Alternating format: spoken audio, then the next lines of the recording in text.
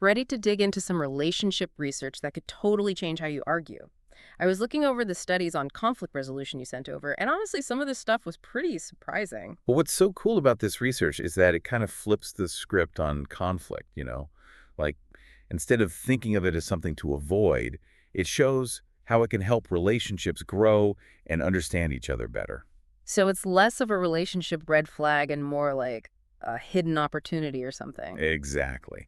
And that research you mentioned from the Gottman Institute, that's a perfect example. They spent over 10 years, can you believe it, 10 years, analyzing how couples handle disagreements. But here's the really interesting part. They didn't just use those surveys or interviews.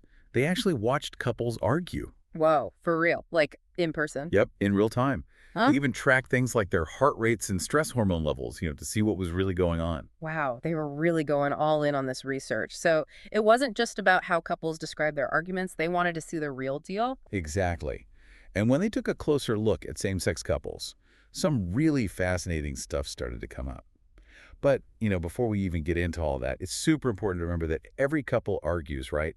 Conflict is like a universal experience, no matter who you are or who you love. Right. It's not about one group being better at relationships than another. It's about understanding those different strategies that couples use to get through disagreements, which, let's be real, are going to happen. You got it.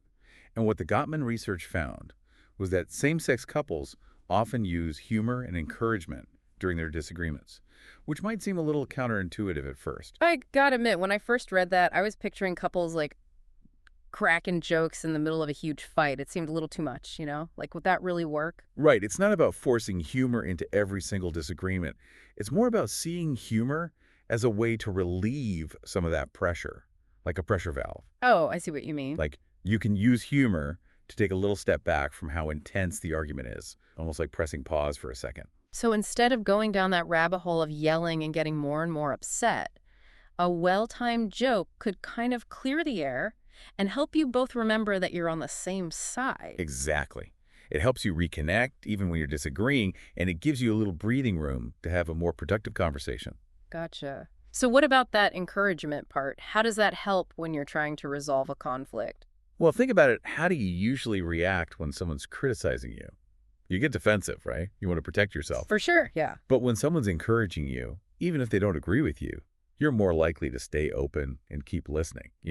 So instead of that you're wrong energy, same-sex couples are more like, I hear you, and... Exactly. And here's the really interesting thing. Even though same-sex couples and different sex couples might have these different ways of handling conflict, the study found that they were equally satisfied in their relationships. So it's not about finding the right way to argue. It's more about figuring out what works for you and your partner. You said it. What really matters for long-term happiness in a relationship isn't who you're with, it's how you work through those disagreements that pop up along the way.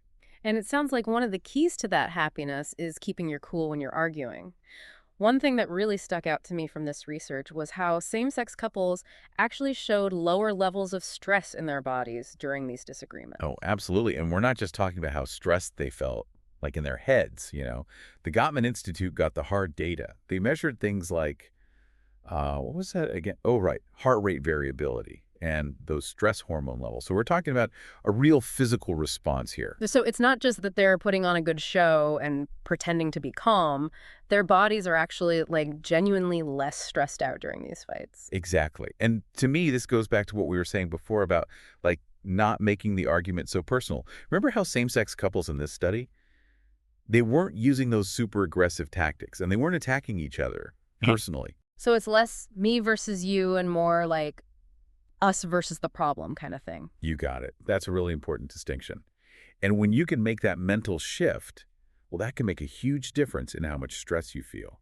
When you're not stuck in that fight or flight mode, you can actually think straight, manage your emotions better, and in the end, you're more likely to find a solution that works for both of you.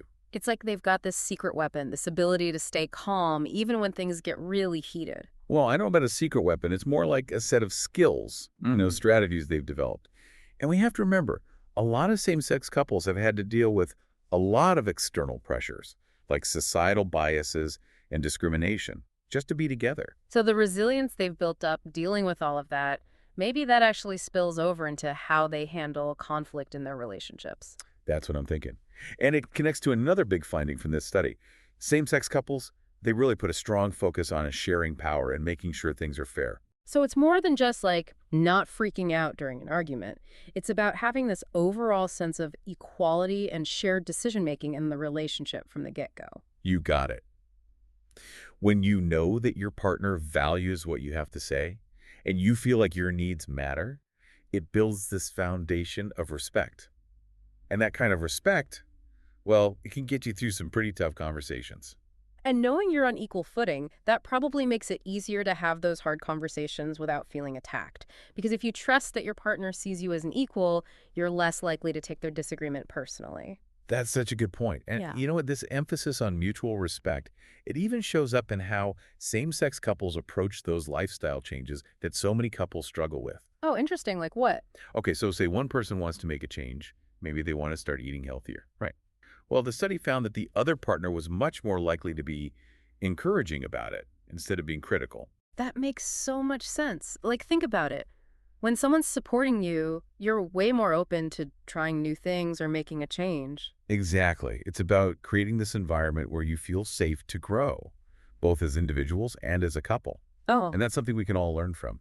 I'm totally with you. So, for everyone listening who's ready to step up their conflict resolution game, what are some things they can start doing, like today, based on what we've learned from this research? Well, first things first, there's no magic formula here. What works for one couple might not work for another. Every relationship is different. So, ditch the rule book. Well, not completely. There are definitely some helpful strategies that everyone could use. Like, remember when we were talking about how important it is to just take a break when things get too heated? Yeah, like hitting that pause button so you don't say something you'll regret later. Exactly. Give yourselves a chance to cool off, process everything, and then come back to the conversation when you're both feeling a little calmer and more level-headed. And never underestimate the power of a little bit of humor. Like they say, laughter is the best medicine, right? Right. Now, I'm not saying you should make light of serious issues, but if you can find a way to bring in a little humor when things get tense, it can really help. It's all about finding that balance between taking the issue seriously, but not taking yourselves too seriously. So lighten up a little, but maybe avoid making jokes about like finances or family planning. Exactly. Know when to hold back a little. But more than anything, just remember that respect and equality are key. Make sure both partners feel heard, valued, and empowered to express what they're feeling. Yeah. That's what matters most. It all comes down to good communication, right? Really listening to each other, trying to see things from their point of view, and working together to find a solution, even when it's tough. It really is all about teamwork, isn't it? Like you said, whether it's humor, encouragement, or that whole power dynamic, same-sex couples seem to have this knack for approaching conflict from that we're in this together angle. You know, that's a really interesting point. And it kind of makes you wonder if these strategies could actually work outside of romantic relationships too. That's exactly what I was thinking. Like, if these conflict resolution tactics are so effective for same-sex couples, why not apply them to other parts of our lives? Right. Imagine bringing that same sense of humor and that collaborative problem solving to, like, disagreements at work or even family conflict. Oh, totally. Think about how much more productive those conversations would be if everyone was a little more lighthearted and focused on actually finding a solution that works for everyone. I know, right? Uh, Instead of digging in our heels and seeing the other person as the enemy, what if we actually tried to see things from their side, even if we totally disagree? It's about shifting that mindset from, I need to win this argument, to let's figure out a way forward together. Love that. And you know, maybe if we all borrowed a page from same-sex couples' playbook and started using some of these strategies, we could actually start bridging some of those bigger divides we're seeing in society. Now, that's a pretty radical idea, but I'm here for it. Mhm. So, as we wrap things up, what's one last nugget of wisdom you can leave us with today? Well, I think the biggest takeaway here is that conflict itself isn't always a bad thing. It's how we choose to handle it that really matters. So true. Let's all channel our inner same-sex couple and try to face those inevitable disagreements with a bit more grace, a little more humor, and a whole lot more understanding. This has been amazing. Thank you so much for taking this deep dive with us. And for everyone listening, we'll see you next time for another fascinating conversation.